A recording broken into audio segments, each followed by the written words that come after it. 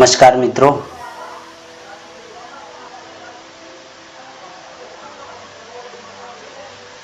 આજે આપણે indirect speech વિશે વાત કરવાના છીએ. મિત્રો, આ ટોપિક આમ તો અંગ્રેજી ગ્રામરમાં સૌથી અઘરામાં અઘરો ટોપિક છે, પણ આ વિડીયોમાં આપણે દરેક કાળ તથા વાક્યના પ્રકાર પ્રમાણે ઉદાહરણ સહિત આપણે સમજૂતી મેળવવાની છે. બીજું કે ઇનડાયરેક્ટ સ્પીચ એ ધોરણ 9 થી 12 અંગ્રેજી ગ્રામર માટે તેમજ કોમ્પિટિટિવ એક્ઝામ્સ માટે ખૂબ જ ઉપયોગી છે. તો આશા રાખીએ કે આપ આ વિડીયો પૂરેપૂરો જોશો. Indirect speech. સૌપ્રથમ આપણે ડાયરેક્ટ સ્પીચ કોને કહેવાય અને ઇનડાયરેક્ટ સ્પીચ કોને કહેવાય એના વિશે સમજ મેળવીએ. તો ડાયરેક્ટ સ્પીચ કે જેને ગુજરાતીમાં આપણે પ્રત્યક્ષ કથન તરીકે પણ ઓળખીએ છીએ. તો ડાયરેક્ટ સ્પીચ કોને કહેવાય? તો કહેવાય છે કે એક વ્યક્તિએ કહેલી વાત એના એ જ સ્વરૂપમાં બીજા કોઈ વ્યક્તિને જ્યારે આપણે કહીએ છીએ તો એને ડાયરેક્ટ સ્પીચ કહેવાય. અહીં ડાયરેક્ટ સ્પીચમાં જે રજૂઆત જે હોય છે એ પ્રથમ અને બીજા પુરુષમાં જ હોય છે, એટલે કે હું અને તું અથવા તો તમે એ રીતે જ વાતચીત થયેલી હોય છે. બીજું કે જ્યારે આપણે આ ડાયરેક્ટ સ્પીચ ત્રીજી વ્યક્તિને આના વિશે વાત કરીએ છીએ ત્યારે હું અને તુંમાં આપણે વાત કરતા હોઈએ છીએ, એટલે આપણે અર્થમાં ફેરફાર અને ઘણીવાર ગેરસમજણ થવાની પણ શક્યતા રહેતી હોય છે. એક્ઝામ્પલ આપણે જોઈએ કે Sanjay said to Ajay, I will give you a pen. બરાબર. હવે આ વાત આપણે કોઈ ત્રીજી વ્યક્તિને કહેવી હોય તો આપણે એવી રીતે કહીશું કે હું તને પેન આપીશ. તો ઘણીવાર આમાં ગેરસમજણ થવાની શક્યતા રહેલી હોય છે. તો આ સમસ્યાને નિવારવા માટે ઇનડાયરેક્ટ સ્પીચ એટલે કે પરોક્ષ કથન તરીકે જે તે વાતને રજૂ કરવામાં આવે છે. તો ઇનડાયરેક્ટ સ્પીચ કોને કહેવાય? તો કહેવાય છે કે એક વ્યક્તિએ કહેલી વાતમાં આપણે જ્યારે જરૂરી ફેરફાર કરી અને કોઈ બીજી વ્યક્તિને આપણે એ વિશે વાત કરતા હોઈએ તો આપણે એને ઇનડાયરેક્ટ સ્પીચ થઈ કહેવાય. હવે આ રજૂઆતમાં માત્ર ત્રીજા પુરુષમાં જ વર્ણન કરવામાં આવેલું હોય છે. અહીં અર્થમાં ફેરફાર કે ગેરસમજણ થવાની શક્યતા રહેતી નથી, કારણ કે આપણે એ પ્રમાણે રજૂઆત કરતા હોઈએ છીએ.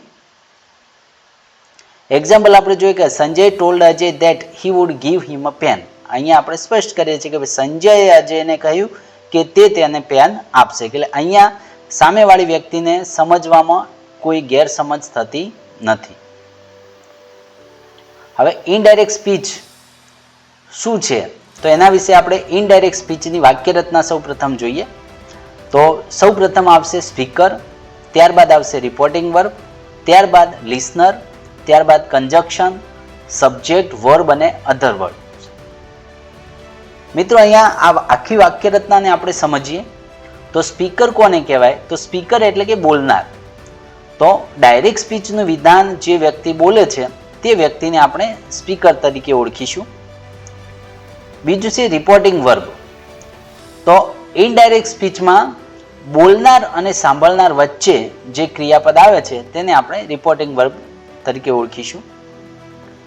હવે રિપોર્ટિંગ વર્બની વાત કરીએ તો વાક્યનો પ્રકાર બદલાય એ પ્રમાણે રિપોર્ટિંગ વર્બ પણ અલગ અલગ બદલાતા રહે છે. રિપોર્ટિંગ વર્બને આપણે ટૂંકમાં આરવી તરીકે ઓળખીશું. લિસનર એટલે કે સાંભળનાર. તો ડાયરેક્ટ સ્પીચનું વિધાન જે વ્યક્તિ સાંભળે છે એ વ્યક્તિને આપણે લિસનર તરીકે ઓળખીશું. ત્યારબાદ કંજક્શન. તો કંજક્શન વિશે આપણે ખ્યાલ મેળવેલો હશે. કંજક્શન એટલે સંયોજક. પણ અહીંયા આપણે ઇનડાયરેક્ટ સ્પીચમાં વાક્યને જોડવા માટે કંજક્શન વાપરીશું. હવે કંજક્શન જે છે એ પણ વાક્યના પ્રકાર પ્રમાણે કંજક્શન અલગ અલગ આવશે.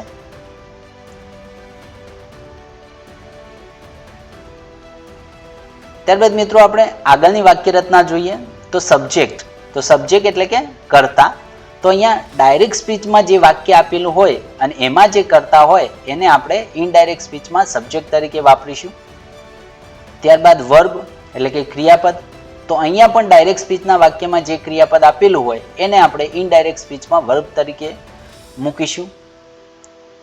અધર વર્ડ એટલે કે અન્ય શબ્દો.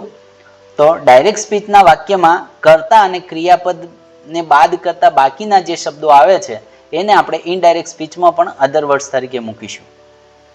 હવે ડાયરેક્ટ સ્પીચ જેને આપણે અગાઉ પણ માહિતી મેળવી લીધી, તો જે તે વ્યક્તિએ બોલેલા વિધાનો એના એ જ સ્વરૂપમાં આપણે રજૂ કરીએ તો એને કહેવાય ડાયરેક્ટ સ્પીચ. હવે ડાયરેક્ટ સ્પીચમાં આપણે ડાયરેક્ટ સ્પીચને આપણે ટૂંકમાં ડીએસ તરીકે ઓળખીશું. મિત્રો અહીંયા આપણે વાક્ય રચના વિશે વાત કરી. હવે ડાયરેક્ટ સ્પીચમાંથી આપણે ઇનડાયરેક્ટ કરતી વખતે શું ફેરફાર થાય છે અથવા તો કઈ કઈ બાબતો આપણે ધ્યાનમાં રાખવાની હોય છે એના વિશે વાત કરીએ. તો જો ડાયરેક્ટ સ્પીચમાં એમ કે અવતરણ ચિહ્નો હોય તો આપણે જ્યારે ઇનડાયરેક્ટ બનાવીએ છીએ ત્યારે આ અવતરણ ચિહ્નો એમ કે દૂર કરવા. અહીંયા મિત્રો તમને ડાયરેક્ટ સ્પીચમાંથી ઇનડાયરેક્ટ કરવા માટે બે રીતે એક્ઝામ્પલ આપેલા હશે. એક તો કોઈ વાક્ય કોઈ બોલે છે, મતલબ કે આ વ્યક્તિ સેડ, અને પછી જે વાક્યો વિધાન બોલેલા હશે ડાયરેક્ટ સ્પીચ હશે ડબલ કોટેશનમાં હશે અથવા તો ઇન્વર્ટેડ કોમામાં હશે. તો જ્યારે ત્યારે આપણે ઇનડાયરેક્ટ સ્પીચમાં બનાવીએ ત્યારે આ ઇન્વર્ટેડ કોમા અવતરણ ચિહ્નો જે હોય છે એને આપણે કાઢી નાખવાના છે. ત્યારબાદ ડાયરેક્ટ સ્પીચમાં જે પ્રશ્નાર્થ વાક્યના અંતે પ્રશ્નાર્થ ચિહ્ન હશે, ઉદ્ગાર વાક્ય હોય તો ઉદ્ગાર ચિહ્ન હશે. જો આવા કોઈ પણ ચિહ્નો હોય તો એ પણ આપણે ઇનડાયરેક્ટ સ્પીચ કરતી વખતે દૂર કરવાના છે. ત્યારબાદ ડાયરેક્ટ સ્પીચનું વાક્ય જો ઇમ્પેરેટિવ સેન્ટેન્સ એટલે કે આજ્ઞાર્થ વાક્ય હોય તો એમાં ઘણીવાર વિનંતી સૂચક શબ્દો જેવા કે પ્લીઝ, સોરી જેવા શબ્દો આપેલા હશે, તો આ શબ્દો પણ જ્યારે ત્યારે આપણે ઇનડાયરેક્ટ કરીએ ત્યારે કાઢી નાખવાના છે. ત્યારબાદ જો વાક્ય ડાયરેક્ટ સ્પીચનું વાક્ય ઉદ્ગાર વાક્ય હશે તો એની અંદર ઓ, અલ્લાસ, હુરે જેવા અલગ અલગ ભાવ દર્શાવતા શબ્દો હશે, તો આ શબ્દો પણ જ્યારે ત્યારે આપણે ઇનડાયરેક્ટ કરીએ એ વખતે દૂર કરવાના છે. મિત્રો આ ડાયરેક્ટમાંથી ઇનડાયરેક્ટ કરતી વખતે આટલા ફેરફાર આપણે ધ્યાનમાં રાખવાના છે. ત્યારબાદ જે ઇનડાયરેક્ટ સ્પીચના મુખ્ય 3 ફેરફાર જેને કહીએ અથવા તો 3 જે મુખ્ય મુદ્દાઓના આધારે જે નિયમો જે છે એ બહુ અગત્યના છે અને એ આપણે ખાસ ધ્યાનમાં રાખવાના છે. તો એમાં 1 નંબરનું છે ચેન્જ ઇન ટેન્સ, એટલે કે જ્યારે ડાયરેક્ટમાંથી ઇનડાયરેક્ટ કરીએ ત્યારે આપણે એમાં કાળ પરિવર્તન કરવાનું થશે, એટલે કે ક્રિયાપદમાં ફેરફાર કરવાનો થશે. ત્યારબાદ ચેન્જ ઇન પ્રોનાઉન, એટલે કે જે ડાયરેક્ટ સ્પીચમાં કોઈ સર્વનામ વપરાયું હોય તો એમાં પણ આપણે ફેરફાર કરવાનો છે. અને ત્રીજું છે નજીકતા દર્શક શબ્દોમાં ફેરફાર, એટલે કે ડાયરેક્ટ સ્પીચમાં કોઈ નજીકતા દર્શક શબ્દો વાપરેલા હોય તો એ શબ્દોમાં પણ આપણે ફેરફાર કરવાનો છે. તો મિત્રો અહીંયા આપણે મુખ્ય 3 ફેરફારો જે કરવાના છે એની આપણે ટૂંકમાં સમજ મેળવી. હવે આપણે એને વિગતવાર જોઈએ. તો સૌપ્રથમ ચેન્જ ઇન ટેન્સ એટલે કે કાળ પરિવર્તન. તો મિત્રો અહીંયા કાળ પરિવર્તનના મુખ્ય 3 નિયમો છે જે આ બહુ અગત્યના છે અને એ સમજવા બહુ જરૂરી છે. તો અહીંયા શું કહે છે કે રિપોર્ટિંગ વર્બ કોઈ પણ પ્રકારના વર્તમાન કાળ કે ભવિષ્ય કાળમાં હોય તો ડાયરેક્ટ સ્પીચમાં કાળ પરિવર્તન થશે નહીં. અહીંયા મિત્રો આ નિયમ ખાસ સમજવાનો છે. આ કોમ્પિટિટિવ એક્ઝામ્સ માટે ખૂબ જ અગત્યનો છે. એક્ઝામ્પલ જોઈએ કે હી સીજ, તો અહીંયા આપણે રિપોર્ટિંગ વર્બ અને બધી માહિતી મેળવી લીધી છે. તો રિપોર્ટિંગ વર્બ કયું છે? સીજ. તો અહીંયા શું કહે છે નિયમ કે રિપોર્ટિંગ વર્બ કોઈ પણ પ્રકારનો વર્તમાન કાળ કે ભવિષ્ય કાળમાં હોય તો ડાયરેક્ટ સ્પીચ. તો ડાયરેક્ટ સ્પીચ કયું છે આમાં? મયુર રાઇટ્સ એસે, એટલે કે આમાં મયુર રાઇટ્સ એસે એમાં કોઈ કાળ પરિવર્તન થશે નહીં. આપણે એક એક્ઝામ્પલ દ્વારા સમજીએ. અહીંયા હી સેજ, તો સેજ એ વર્તમાન કાળ છે.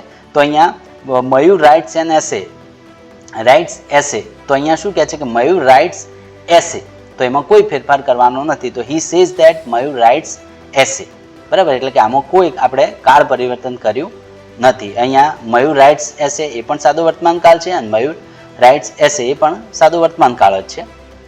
બીજું કહે છે કે રિપોર્ટિંગ વર્બ કોઈ ભૂતકાળમાં હોય પરંતુ ડાયરેક્ટ સ્પીચનું વાક્ય કોઈ સનાતન સત્ય કે કહેવત હોય તો પણ આપણે ડાયરેક્ટ સ્પીચમાં આપેલ વાક્યનું કાળ પરિવર્તન કરવાનું નથી. એટલે મિત્રો અહીંયા એક્ઝામ્પલ દ્વારા સમજીએ. ધ ટીચર સેડ, તો અહીંયા સેડ એ છે કે ભૂતકાળમાં છે, પણ જે ડાયરેક્ટ સ્પીચનું વાક્ય કયું છે? The sun rises in the East. તો આ જે વાક્ય જે છે એ સનાતન સત્ય છે કે ભાઈ સૂર્ય પૂર્વ દિશામાં ઉગે છે, આ સનાતન સત્ય છે. તો આમાં પણ આપણે કોઈ કાળ પરિવર્તન કરી શકીશું નહીં. એટલે એક્ઝામ્પલમાં જોઈ લે કે ધ ટીચર સેડ, પછી કન્જક્શન આપણે ધેટ એડ કર્યું, the sun rises in the east, એટલે કે the sun rises in the east એ પણ સાદો વર્તમાન કાળ છે અને ધ સન રાઇઝિસ ઇનડાયરેક્ટ સ્પીચમાં પણ એ જ સાદું વર્તમાન કાળ છે, એટલે કે આપણે કાળ પરિવર્તન કર્યું નથી. હવે મિત્રો ત્રીજો નિયમ બહુ અગત્યનો છે. શું કહે છે કે ઉપરોક્ત બંને નિયમો સિવાય, એટલે કે નિયમ નંબર 1 અને નિયમ નંબર 2 સિવાય જો રિપોર્ટિંગ વર્બ ભૂતકાળમાં હોય તો પછી આપણે નીચે પ્રમાણે કાળ પરિવર્તન કરવાનું છે. તો શું છે કે જો સાદો વર્તમાન કાળ હોય ડાયરેક્ટ સ્પીચમાં તો ઇનડાયરેક્ટમાં આપણે સાદો ભૂતકાળ કરીશું. જો સાદો ભૂતકાળ હોય તો આપણે પૂર્ણ ભૂતકાળ કરીશું. જો ચાલુ વર્તમાન કાળ હોય તો આપણે ચાલુ ભૂતકાળ કરીશું. જો પૂર્ણ વર્તમાન કાળ હોય તો પૂર્ણ ભૂતકાળ કરીશું. સાદો ભવિષ્યકાળ હોય તો પછી આપણે શેલ વિલનું વુડ કરીશું.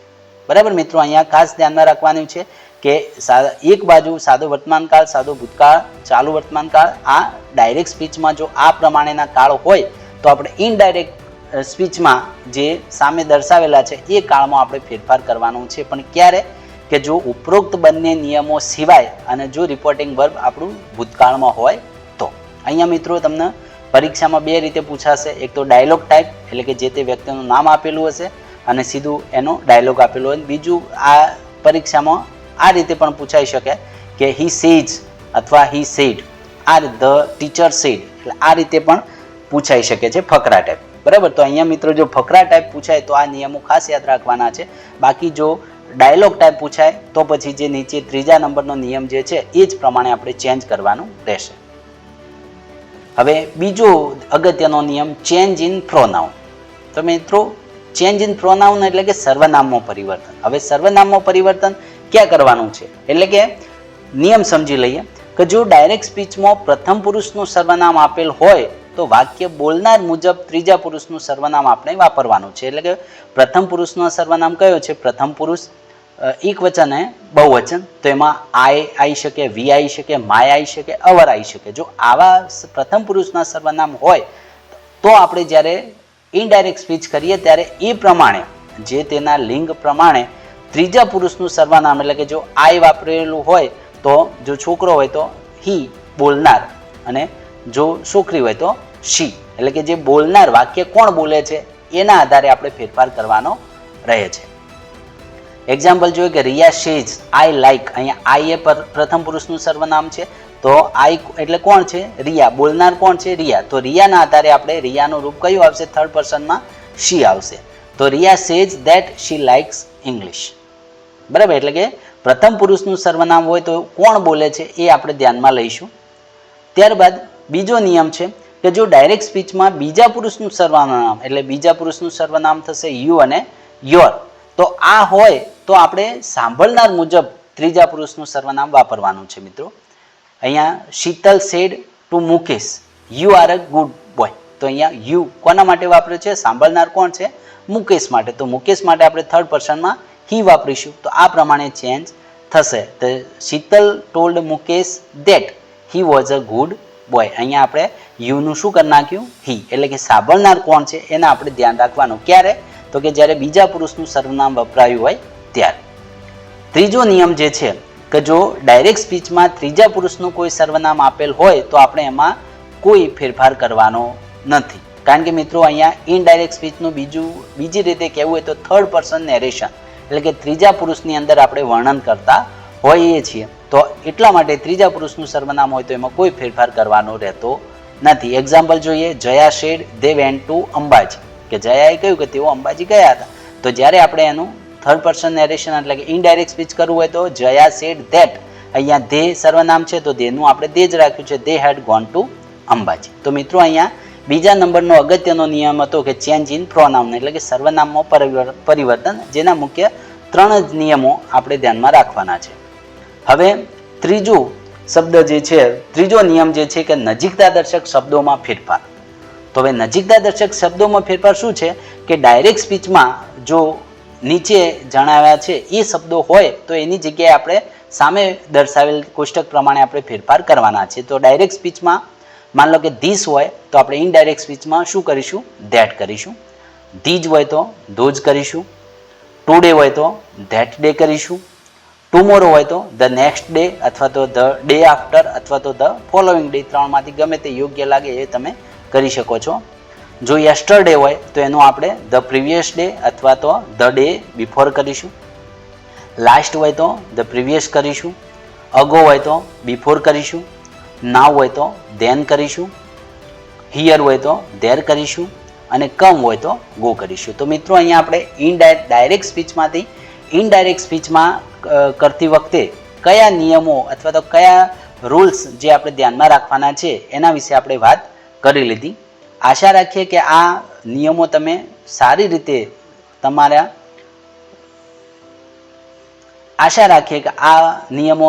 સરળતાથી સમજી ગયા હશો. જો આ નિયમો સમજણ તમને ના પડી હોય તો ફરી એકવાર આ તમામ નિયમો જોઈ લેશો, કારણ કે આ નિયમો સિવાય તમને ઇનડાયરેક્ટ સ્પીચમાં એટલી બધી ખબર પડશે નહીં.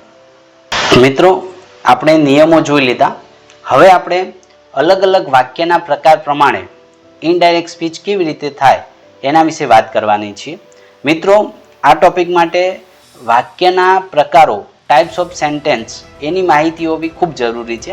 જો આપને હજુ સુધી વાક્યના પ્રકારો વિશે સમજ ના હોય તો આ ચેનલ ઉપર ટાઈપ્સ ઓફ સેન્ટેન્સ નામનો એક વિડીયો ઉપલબ્ધ છે. આ વિડીયો આપ સંપૂર્ણ જોશો એટલે અલગ અલગ વાક્યના પ્રકાર કેવી રીતે હોય છે, એની વાક્યરચના શું હોય છે, એમાં કયા કયા એક્ઝામ્પલ્સ છે, એના વિશે તમે સરળતાથી સમજૂતી મેળવી શકશો. તો મિત્રો, આ વિડીયો એકવાર જોવા વિનંતી છે.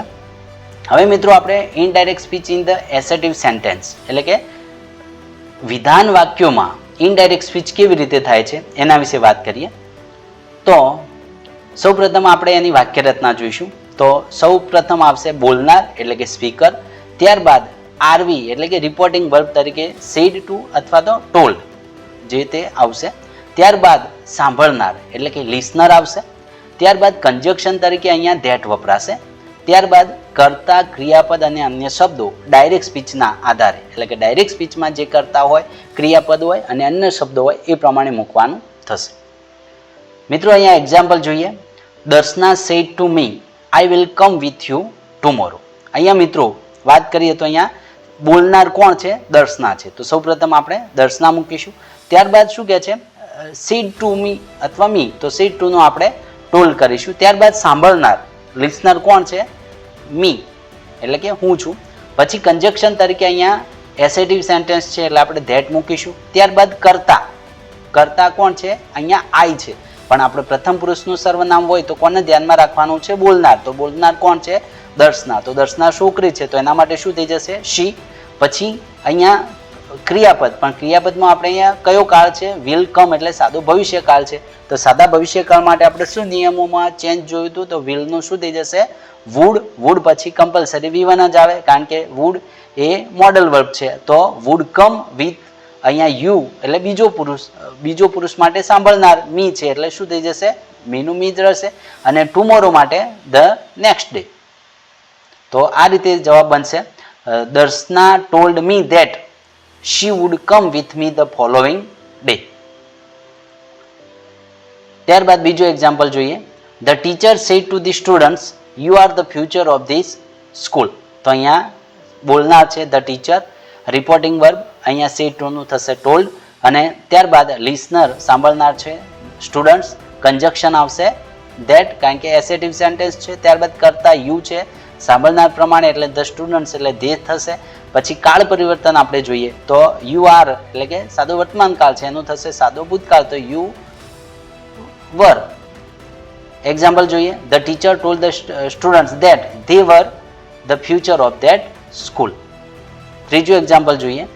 વિરાટ said to Rohit I have made a century today.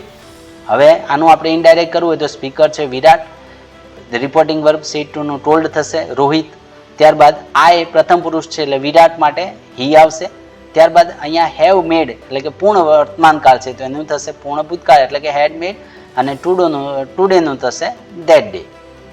જોઈ લો કે Virat told Rohit that he had made a century that day. તો અહીંયા મિત્રો આપણે વાત કરી એસેટિવ સેન્ટેન્સીસ એટલે કે વિધાન વાક્યોની. હવે આપણે વાત કરીશું ઇન્ટ્રોગેટિવ સેન્ટેન્સીસ એટલે કે પ્રશ્નાર્થ વાક્યોની. આની વાક્યરચના જોઈએ મિત્રો. સૌપ્રથમ તો બોલનાર એટલે કે સ્પીકર આવશે. ત્યારબાદ અહીંયા રિપોર્ટિંગ વર્બ તરીકે આસ્ક્ડ, કારણ કે મિત્રો આપણે પહેલા જ વાત કરી હતી કે વાક્યના પ્રકાર પ્રમાણે રિપોર્ટિંગ વર્બ અને કન્જક્શન બદલાશે. એટલે કે અહીંયા રિપોર્ટિંગ વર્બ પ્રશ્નાર્થ વાક્યોમાં આસ્ક્ડ અથવા તો ઇન્ક્વાયર્ડ ઓફ પણ તમે મૂકી શકો છો. ત્યારબાદ સાંભળનાર એટલે કે લિસનર આવશે. ત્યારબાદ કન્જક્શન, અહીંયા મિત્રો 3 કન્જક્શન તમે વાપરી શકો. જો યસનો વાળો પ્રશ્ન હોય તો ઇફ અથવા વિધર, અને જો WH વાળો પ્રશ્ન હોય તો જે તે WH મૂકી શકાય. અહીંયા મિત્રો પ્રશ્ન વાક્યના 2 પ્રકાર છે. એ આપણે જે મેં તમને વિડીયો સજેસ્ટ કર્યો છે ટાઈપ્સ ઓફ સેન્ટેન્સ, આ વિડીયોમાં તમે આપ જોઈ શકશો. ત્યારબાદ કરતા એટલે કે પ્રશ્ન વાક્યમાં જે કરતા હોય અથવા ડાયરેક્ટ સ્પીચમાં જે કરતા હોય, ત્યારબાદ ક્રિયાપદ જે કાળ પ્રમાણે આપણે ચેન્જીસ કરવાના છે, અન્ય શબ્દોમાં જે ચેન્જીસ કરવાના છે એ પ્રમાણે, એટલે કે ડાયરેક્ટ સ્પીચના કરતા, ક્રિયાપદ અને અન્ય શબ્દો. મિત્રો તમે અહીંયા ઘણા વિડીયોમાં અથવા બીજા એક્ઝામ્પલમાં એવું હશે કે ભાઈ સૌ પ્રથમ આનું હકાર વાક્ય બનાવવાનું, કે પ્રશ્ન વાક્ય હોય તો એનું હકાર વાક્ય બનાવવાનું. પણ મિત્રો એમાં તમને કન્ફ્યુઝન થશે. એના માટે અહીંયા સ્પષ્ટ આપણે વાક્યરચના જ બનાવેલી છે કે કરતા એટલે કે પ્રશ્ન વાક્યમાં કરતા કોણ છે એ આગળ આવશે. એક્ઝામ્પલ જોઈએ એટલે વધારે સમજ મળશે. Rekha said to Rahul, do you have any problem? તો અહીંયા પ્રશ્નનો કયો પ્રકાર છે? યસ નો, કારણ કે હેલ્પિંગ વર્બથી પ્રશ્નની શરૂઆત થઈ છે. તો અહીંયા બોલનાર કોણ છે? રેખા. સાંભળનાર કોણ છે? રાહુલ. અને સેડ ટુ નો આપણે કરીશું આસ્ક્ડ, કારણ કે પ્રશ્નાર્થ વાક્ય છે. તો કઈ રીતે બનશે કે રેખા આસ્ક્ડ રાહુલ. ત્યારબાદ અહીંયા કન્જક્શન, તો કન્જક્શન યસનો વાળો પ્રશ્ન છે એટલે ઇફ અથવા વિધર તમે ગમે તે વાપરી શકો છો. એટલે ઇફ પ્લસ અહીંયા ત્યારબાદ યુ, તો યુ કોના માટે વાપર્યો છે? રાહુલ માટે વાપર્યો છે, તો થઈ જશે હી. ત્યારબાદ ક્રિયાપદ એટલે કે કાળ પરિવર્તન આપણે કરવું પડશે. અહીંયા do you have any problem, સાદો વર્તમાન કાળ છે, તો અહીંયા સાદા વર્તમાન કાળનું થઈ જશે સાદો ભૂતકાળ એટલે કે હેવનું થઈ જશે હેડ, અને અન્ય શબ્દોમાં કોઈ પરિવર્તન થશે નહીં. જુઓ જવાબ, Rekha asked Rahul if he had any problem. પ્રશ્નાર્થ ચિહ્ન આપણે કાઢી નાખવાનું છે કારણ કે આપણે શરૂઆતમાં જ વાત કરી. બીજું એક્ઝામ્પલ જોઈએ તો કહે છે કે Bhavin said to Sunita, what are you doing now? તો અહીંયા બોલનાર છે ભાવિન, સાંભળનાર છે સુનીતા, પછી વોટ અહીંયા WH વાળો પ્રશ્ન છે એટલે કન્જક્શન આપણે વોટ જ મૂકીશું. ત્યારબાદ સબ્જેક્ટ, વર્બ અને અધર વર્બમાં જોઈએ તો બોલનાર છે ભાવિન, સેડ ટુ નું થશે આસ્ક્ડ, તો ભાવિન આસ્ક્ડ સુનીતા, કન્જક્શન તરીકે વોટ આવશે. વોટ પછી કરતા તો યુ છે, કોણ બોલે છે? સુનીતા સાંભળે છે, તો યુ નું શું થઈ જશે? શી. તો વોટ શી અહીંયા ચાલુ વર્તમાન કાળ છે તો એનું થઈ જશે ચાલુ ભૂતકાળ, તો વોટ શી વોઝ ડુઈંગ નાવનું થઈ જશે ધેન. જોઈ લો જવાબ, Bhavin asked Sunita what she was doing then. ત્રીજું એક્ઝામ્પલ જોઈએ. The policeman said to the girl, how long will you stay here? એટલે કઈ રીતે જવાબ બનશે કે the policeman asked the girl how long, કારણ કે હાઉ લોંગ WH પ્રશ્ન છે એટલે કન્જક્શન હાઉ લોંગ જ આવશે. યુ શી ગર્લ માટે વાપર્યો છે એટલે શી, વિલ નું થઈ જશે વુડ, અને V1 સ્ટે અને ધેર. તો આખું વાક્ય બનશે the policeman asked the girl how long she would stay there. હવે મિત્રો આપણે indirect speech in the imperative sentences એટલે કે આજ્ઞાર્થ વાક્યમાં ઇનડાયરેક્ટ સ્પીચ કેવી રીતે કરવું એના વિશે વાત કરીએ. તો વાક્ય રચના જોઈએ સૌપ્રથમ. તો સૌપ્રથમ આવશે બોલનાર, ત્યારબાદ રિપોર્ટિંગ વર્બ તરીકે અહીંયા વાક્યમાં કયો ભાવ પ્રગટ થયો છે એના આધારે અલગ અલગ રિપોર્ટિંગ વર્બ આવશે, કારણ કે આપણે વાક્યની વિડીયોની શરૂઆતમાં જ જોયું કે રિપોર્ટિંગ વર્બ એ વાક્યના પ્રકાર પ્રમાણે બદલાશે. તો અહીંયા જો ડાયરેક્ટ સ્પીચમાં જે વાક્ય હોય એમાં જો વિનંતીનો ભાવ હોય તો રિપોર્ટિંગ વર્બ આપણે રિક્વેસ્ટેડ મૂકીશું. જો સલાહનો ભાવ હોય તો એડવાઇઝડ મૂકીશું. જો આદેશ કે હુકમનો ભાવ હોય તો ઓર્ડર્ડ. જો કોઈ ચેતવણીનો ભાવ હોય તો વોર્ન્ડ. અને કોઈ વાક્ય એવું હોય કે જેમાં કોઈ ભાવ પ્રગટ થતો ના હોય અથવા તો સ્પષ્ટ ન થતો હોય તો આપણે આસ્ક્ડ પણ રિપોર્ટિંગ વર્બ તરીકે વાપરી શકીએ છીએ. ત્યારબાદ સાંભળનાર આવશે. ત્યારબાદ કન્જક્શન તરીકે ટુ અથવા નોટ ટુ, એટલે કે જો વાક્ય હકાર હોય તો આપણે ટુ વાપરીશું, અને જો ડાયરેક્ટ સ્પીચનું વાક્ય નકાર હોય તો નોટ પ્લસ ટુ વાપરીશું. અને ત્યારબાદ V1 પ્લસ અધર વર્ડ, એટલે કે ડાયરેક્ટ સ્પીચનું જે આજ્ઞાર્થ વાક્ય હશે આપણે જાણીએ છીએ કે V1 થી શરૂઆત થઈ હોય તો જે V1 હોય એ જ આપણે એમને મૂકવાનું. ત્યારબાદ અન્ય શબ્દો જે હોય ડાયરેક્ટ સ્પીચમાં એ આપણે મૂકી દઈશું. એક્ઝામ્પલ જોઈએ મિત્રો. The father said to his son, please open the door. તો અહીંયા સ્પીકર છે ધ ફાધર, લિસનર છે હિઝ સન. અહીંયા પ્લીઝ ઓપન ધ ડોર એટલે કે અહીંયા વિનંતીનો ભાવ છે એટલે આપણે રિપોર્ટિંગ વર્બ તરીકે રિક્વેસ્ટેડ વાપરીશું. ત્યારબાદ અહીંયા પ્લીઝ આપણે વિડીયોની શરૂઆતમાં જ વાત કરી તો જે વિનંતી સૂચક શબ્દો હોય આપણે કાઢી નાખવાના છે. વાક્ય હકાર છે તો કન્જક્શન તરીકે આવશે ટુ. ત્યારબાદ વાક્ય વિવંતી શરૂ થયું છે એટલે કે open, to open the door, એટલે આખો જવાબ આ રીતે બનશે મિત્રો.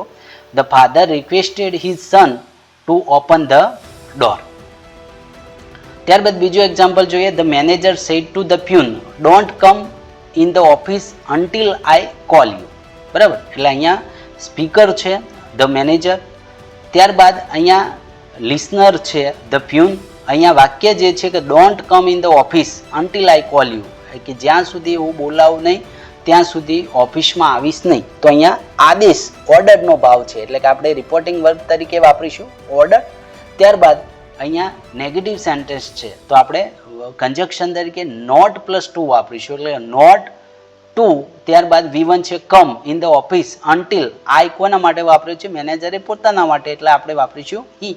અને સાદું વર્તમાન કાળ છે એટલે અહીંયા કાળ પરિવર્તન થશે નહીં એટલે કે હી કોલ્સ યુનું થઈ જશે હિમ. બરાબર, એટલે આખું વાક્ય આ રીતે બનશે. The manager order the peon not to come in the office until he calls him. બરાબર.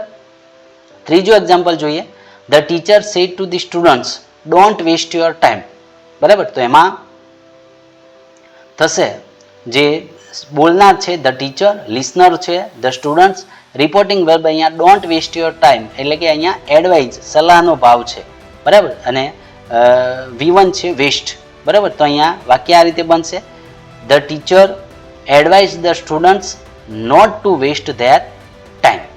ત્યારબાદ એક્સક્લેમેટરી સેન્ટેન્સીસ એટલે કે ઉદ્ગાર વાક્યો વિશે વાત કરીએ તો ઉદ્ગાર વાક્યની જે વાક્ય રચના બનશે આ પ્રમાણે સૌપ્રથમ આવશે બોલનાર, ત્યારબાદ રિપોર્ટિંગ વર્બ તરીકે આવશે એક્સક્લેમ્ડ વિથ. અહીંયા પણ અલગ અલગ ભાવ હશે ઉદ્ગાર વાક્યોમાં. જો આનંદનો ભાવ હોય તો આપણે જોય એક્સક્લેમ્ડ વિથ જોય વાપરીશું. જો દુઃખનો ભાવ હોય તો એક્સક્લેમ વિથ સોરો વાપરીશું. જો આશ્ચર્યનો ભાવ હોય તો એક્સક્લેમ વિથ વન્ડર વાપરીશું. જો વખાણનો ભાવ હોય તો એક્સક્લેમ્ડ વિથ પ્રેઇઝ આવશે. અને જો પસ્તાવોનો ભાવ હોય તો એક્સક્લેમ્ડ વિથ રિગ્રેટ જેવા રિપોર્ટિંગ વર્બ વાપરીશું. ત્યારબાદ સાંભળનાર જે હશે અહીંયા કન્જક્શન તરીકે મિત્રો ધેટ આવશે. બરાબર, ત્યારબાદ કર્તા, ક્રિયાપદ અને અન્ય શબ્દો. અહીંયા પણ મિત્રો તમને જનરલી કોઈ પણ વિડીયો અથવા તો કોઈ પણ જગ્યાએ તમે આ ટોપિક ભણીશું તો બધા એવું જ કહે છે કે સૌ પ્રથમ તમારે ઉદ્ગાર વાક્યનું પહેલાં સાદા વાક્યમાં એટલે કે એસેટિવ સેન્ટેન્સમાં કન્વર્ટ કરવાનું. પણ અહીંયા પણ મિત્રો આપણે વાક્ય રચના જે ટાઈપની બનાવી છે કે તમને કોઈ તકલીફ નહીં, પણ અહીંયા સીધું જે ઉદ્ગાર વાક્યનો કરતા આપણે શોધવાનો છે, ક્રિયાપદ અને અન્ય શબ્દો. બરાબર, એક્ઝામ્પલ જોઈએ મિત્રો. Sneha said how beautiful he looks. બરાબર, અહીંયા હાઉ બ્યુટીફુલ અહીંયા ઉદ્ગાર વાક્યો ઓળખવા તમારા માટે એકદમ સરળ છે કારણ કે છેલ્લે ઉદ્ગાર ચિહ્ન આપેલું હશે. તો અહીંયા વાક્ય રચના પ્રમાણે ગોઠવીએ તો બોલનાર છે સ્નેહા, અહીંયા સાંભળનાર કોઈ છે નહીં તો આપણે શું લખીશું? સ્નેહા. અહીંયા રિપોર્ટિંગ વર્બ એક્સક્લેમ્ડ વિથ શું કહે છે? અહીંયા પ્રેઇઝ વખાણ કર્યા છે તો એક્સક્લેમ્ડ વિથ પ્રેઇઝ ધેટ. અહીંયા સબ્જેક્ટ શું આવશે? હી આપેલું છે એટલે આપણે કોઈ ચેન્જ કરીશું નહીં. હી. અહીંયા લુક્સનું સાદા ભૂતકાળ થઈ જશે લુકડ. પછી અહીંયા હાઉ શબ્દ વાપરેલો હોય તો મિત્રો આપણે વેરી શબ્દ વાપરીશું વેરી. તો હી લુક્સ વેરી બ્યુટીફુલ. સંપૂર્ણ આ રીતે થશે. Sneha exclaimed with surprise that he looked very beautiful.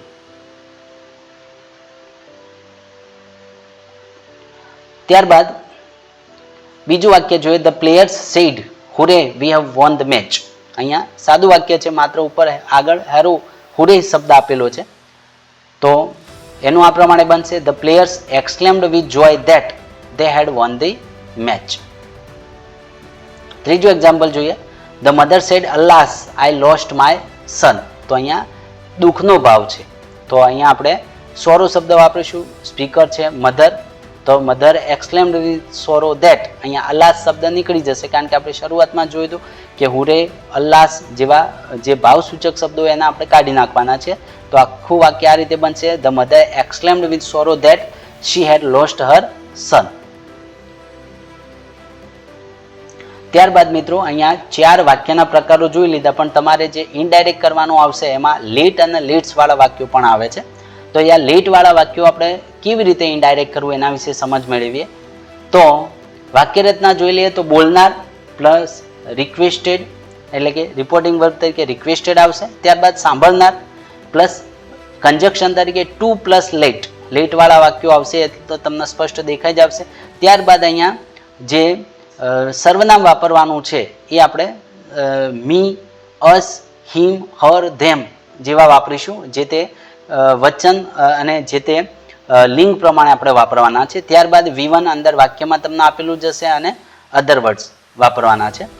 Example જોઈએ. The girl sad to her father let me go to school. તો અહીંયા કઈ રીતે બનશે? બોલનાર છે ધ ગર્લ, સાંભળનાર છે હર ફાધર. તો અહીંયા રિપોર્ટિંગ વર્બ તો રિક્વેસ્ટેડ આવશે જ, કારણ કે અહીંયા બધા જ વાક્યો જે હશે વિનંતી વાળા જ હશે. તો the girl requested her father. ત્યારબાદ લેટ છે એટલે આગળ આપણે શું મૂકીશું? To late.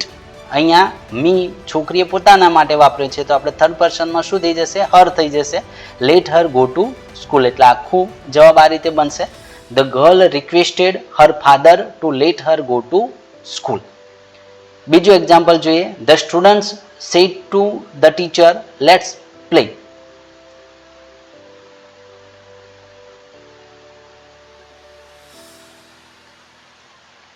તો અહીંયા the students requested the teacher to let them play. બરાબર. અહીંયા લેટ્સ જો ભેગું કરીશું તો એની આખી વાક્ય રચના અલગ બનશે, જે હવે પછીના સ્લાઇડમાં આપણે જોઈશું.